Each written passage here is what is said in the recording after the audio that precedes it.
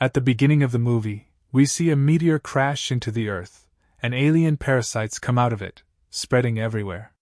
Flies and other insects gather around it. There's a scene where a fly lands on a man and starts sucking his blood. At that moment, a microbe enters his bloodstream, and he gives a faint smile as it multiplies inside him. Then the scene cuts to the main character, Malik Khan, a U.S. Marine, waking up in a secret location. He sits and watches the news and sees strange flowers spreading across the city. It becomes clear that aliens that reproduce inside human brains have invaded the city and are infecting people fast. Suddenly, he notices insects crawling into his room through a small crack. He immediately sprays them with insecticide and even sprays himself to avoid getting bitten.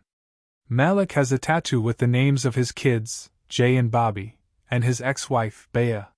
He hasn't seen his family in years because he was on a classified mission. Now Bea and the kids are living on a farm with her new partner, Dylan. She keeps trying to convince Jay to accept his new stepdad, but the boy doesn't like him at all. Dylan has been sick for a while, maybe from a mosquito bite, but he brushes it off as nothing serious. Malik suddenly drives to see his kids. He wakes them up and carefully checks their eyes to make sure they're not infected. Then he tells them they're going on a trip. Jay gets excited and starts getting ready.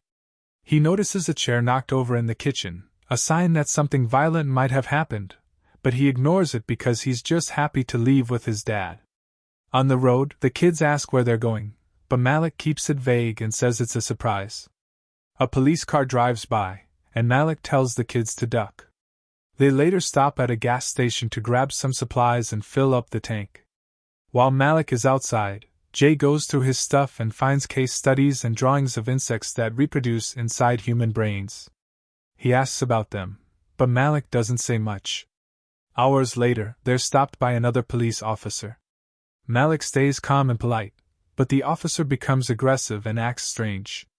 Malik notices something moving behind the officer's eyes and realizes he's infected with the brain-breeding parasites. He understands the man is dangerous. The officer pulls a gun, and a fight breaks out. Luckily, Malik manages to overpower him, and they escape. After that, Malik tells his kids the truth. This isn't a road trip, it's a mission to save humanity. The kids panic and jump out of the car, thinking their dad has lost his mind after talking about an alien virus taking over the planet and possibly infecting their mom too. He explains that half the population has already been infected by this alien parasite that uses human bodies to reproduce. He says they need to reach a safe place where scientists are working on a cure. Until then, they have to protect themselves using insect spray as a barrier against the parasites. The kids are terrified, but eventually they agree to go with him. Their next stop is a supermarket. Malik tells Jay to watch his little brother while he grabs supplies. A strange woman approaches the car and scares the kids, making them run inside the store. Malik calms them down and tells them to stay low and not draw attention. On the way back, the kids tell him their mom has been acting weird lately, coming home every morning and eating strange food. When Malik hears that, he suspects she might be carrying a parasite. He immediately pulls over and calls his handler, a monitoring officer named Hattie. It turns out Malik has been off the grid for a while and refused to tell her where he was, but he asks her to check on his ex-wife and her partner, who are now locked inside the garage. After that, Hattie went with the police to Malik's house and rescued Bea and Dylan. When they questioned Bea, she said Malik had been doing strange things, like shining a flashlight into her eyes and claiming she was one of them. At that point, it became clear that the aliens weren't real and that Malik had kidnapped his kids.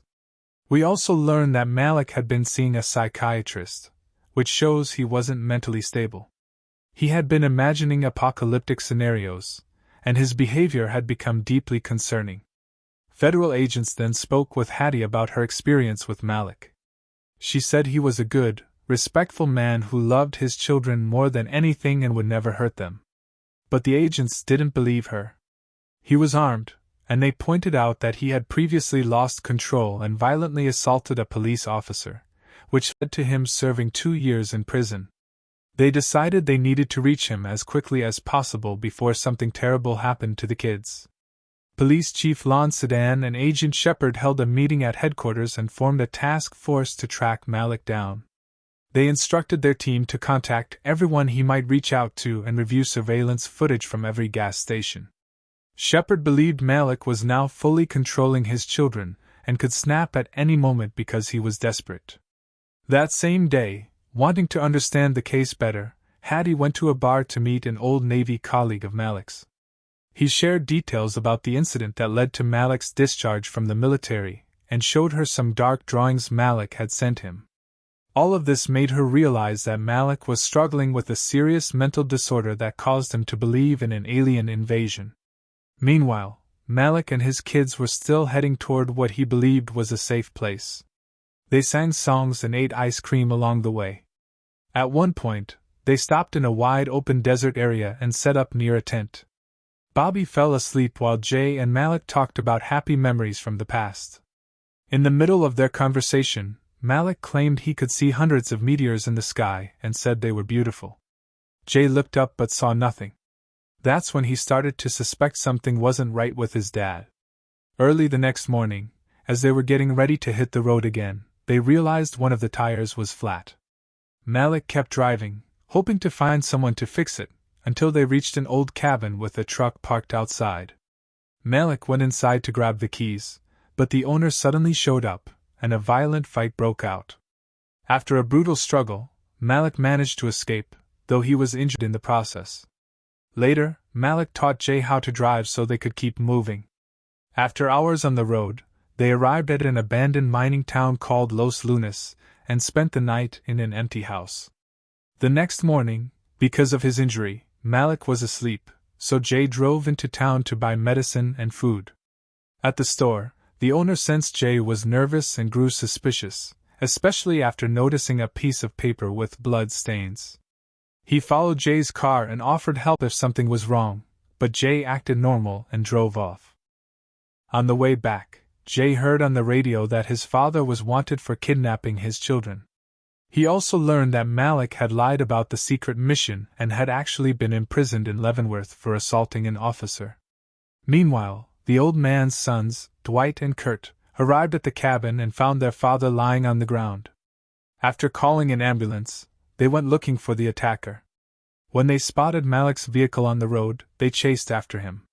Back at the abandoned house, Jay confronted his father angrily and demanded the truth. Malik finally admitted he had lied about the secret mission and that his mind had been making him see things that weren't real. Before he could finish, Dwight and Kurt took Bobby hostage and demanded that Malik surrender. When Malik slowly opened the door, they fired shots at him, forcing him back. He then grabbed his gun from the car and engaged them. In the end, he managed to rescue Bobby and subdue both men without killing them. He stole their truck and escaped with his kids. The children started questioning everything. Maybe their dad really was protecting them. Maybe the aliens were real. Or maybe the police were wrong. But the incident made Malik realize he had become a danger to his own children. He stopped at a payphone and called Bea, gave her the address of a diner, and said he would leave the kids there. She begged him to turn himself in, but he refused to go back to prison. He said goodbye and continued on. Later, federal agents and Hattie arrived at the diner and found Bobby there. It turned out Jay was still hiding in Malik's car in the back seat. When Malik saw him, he shouted that he needed to be with Bobby, but Jay said Bobby wasn't the one who needed him right now. Police and federal agents chased them with cars and helicopters. After a long and intense pursuit, authorities surrounded the vehicle and aimed their weapons at it. Shepard stepped out and calmly asked Malik to surrender. He allowed Malik to speak with Hattie, the only person he trusted. She told him the authorities would take his mental health into account, which might help reduce his sentence. She also asked him to let Jay out of the car. But Jay refused to leave his father. Even after an hour-long standoff, he stayed by his side.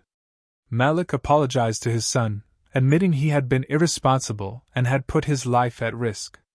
He broke down in tears. But Jay told him he loved him and saw him as a hero and a role model. During their emotional exchange, Malik noticed agents moving in closer. He panicked and fired shots into the air. Fortunately, Jay managed to calm him down and quickly took the gun from his hand. Not wanting to lose his father, Jay ran out of the car and pointed the gun at the police. Terrified that his son would be shot, Malik jumped out of the vehicle, trying to draw attention to himself. The situation grew even more tense, but somehow Malik convinced Jay to drop the weapon and come back to him. Father and son embraced, and the police slowly lowered their guns. And that's how the movie ends. Thanks for watching, and don't forget to like the video and subscribe to the channel.